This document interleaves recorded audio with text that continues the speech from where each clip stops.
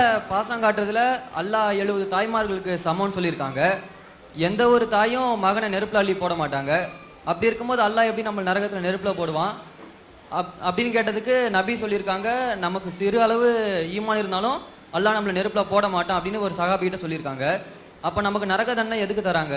அல்லாஹ் இறைவன் ரொம்ப கருணை உள்ளவன். ஒரு தாய் பிள்ளையின் மீது வைத்திருக்கிற அன்பை விட அதிகமான அன்பு அல்லாஹ் நம்ம மேல வச்சிருக்கிறான் அப்படின்னு சொல்லும் பொழுது, ஒரு தாய் பிள்ளையை தூக்கி நெருப்புல போடுவாளா? போட மாட்டான். அப்ப இறைவன் எப்படி நரகத்தில் நம்மளை போடுவான்? அவர் என்ன கேட்கிறாரு? ஒரு தாய் பிள்ளைய நெருப்புல தூக்கி போட மாட்டா, ஆனால் இறைவன் அதை விட கருணை உள்ளவன். அவன் எப்படி நம்மளை நரகத்தில் போடுவான் அப்படிங்கிறதும், அதே நேரத்தில் ஒரு கடுகளவு நம்பிக்கை இருந்தால் கூட அவங்க என்ன செஞ்சிருவாங்க? நரகத்துக்கு போக மாட்டாங்க என்று நபிகள் நாயகம் சொல்லியிருக்கிறாங்களே. அப்போ நரகம்னு ஒன்று இருக்குதா? நரகத்துக்கு யாரும் போவாங்களா அப்படின்னு கேட்குறாரு.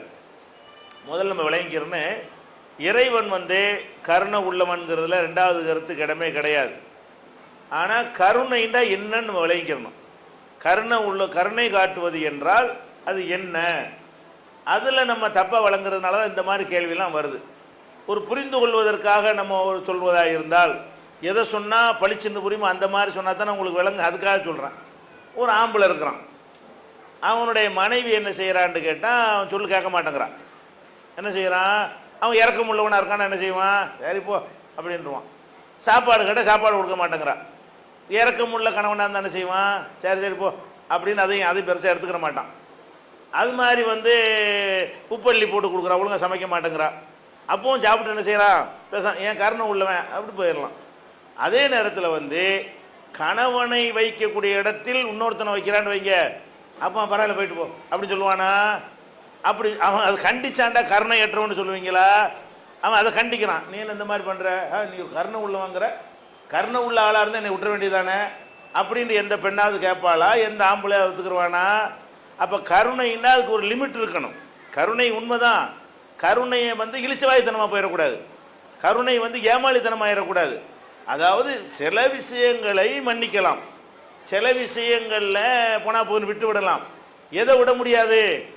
எது அவனுடைய தன்மானத்துக்கு சவாலாக இருக்கிறதோ, அவனுடைய அந்தஸ்தையும் கௌரவத்தையும் குழி தோண்டி புதைக்கக்கூடியதாக இருக்கிறதோ, அந்த விஷயத்தில் கடுமை காட்டலை என்று சொன்னால் அதுக்கு பேர் கருணை கிடையாது.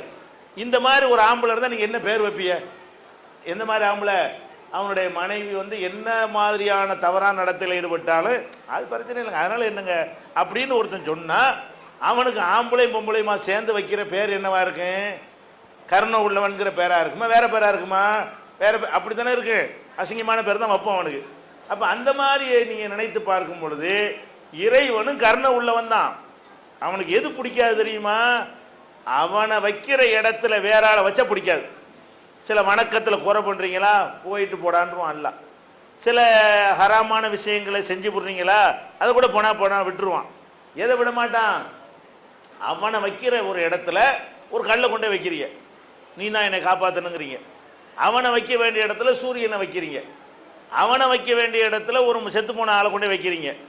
அவனை வைக்க வேண்டிய இடத்துல உசுரோட உள்ள ஆளை வைக்கிறீங்க. அப்போ அல்ல என்ன பண்ணுவான்?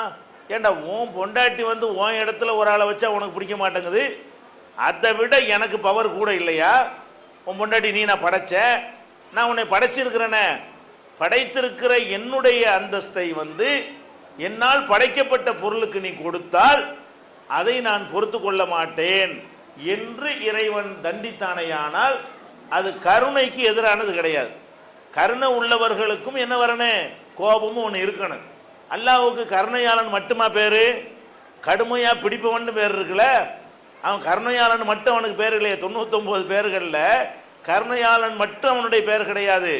ஜப்பார் அடக்கி ஆள்பவன், கஹார் கடுமையா இருக்கிறவன், ஷதீதுல் இகாப் கடுமையா தண்டிக்கிறவன், இப்படியும் அவனுக்கு பேர் இருக்கிறது.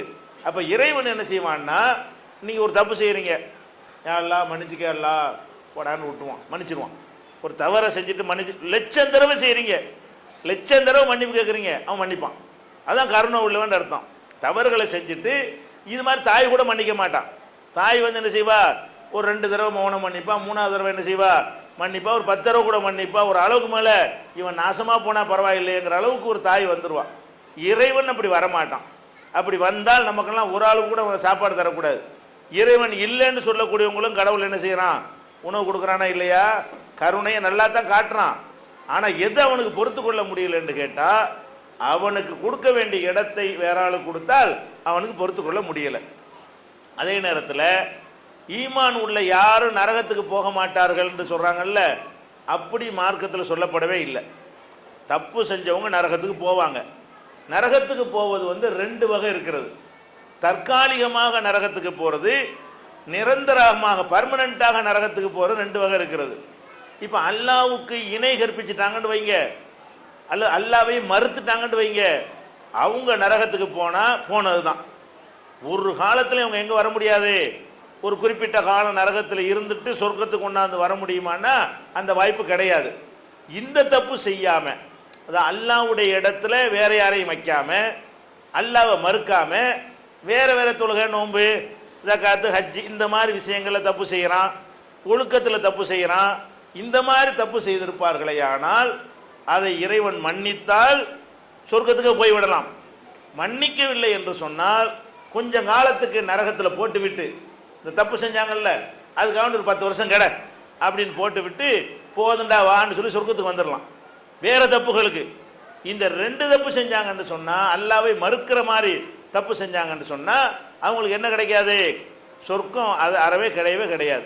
அந்த மாதிரி தான் இருக்கே தவிர நரகத்துக்கு போகவே மாட்டார்கள்லாம் கிடையாது. நரகத்தில் நிரந்தரமாக இருக்க மாட்டார்கள் தான் இருக்கிறது. அதான் அந்த சகோதரர் கேட்டதுக்கு பதில்.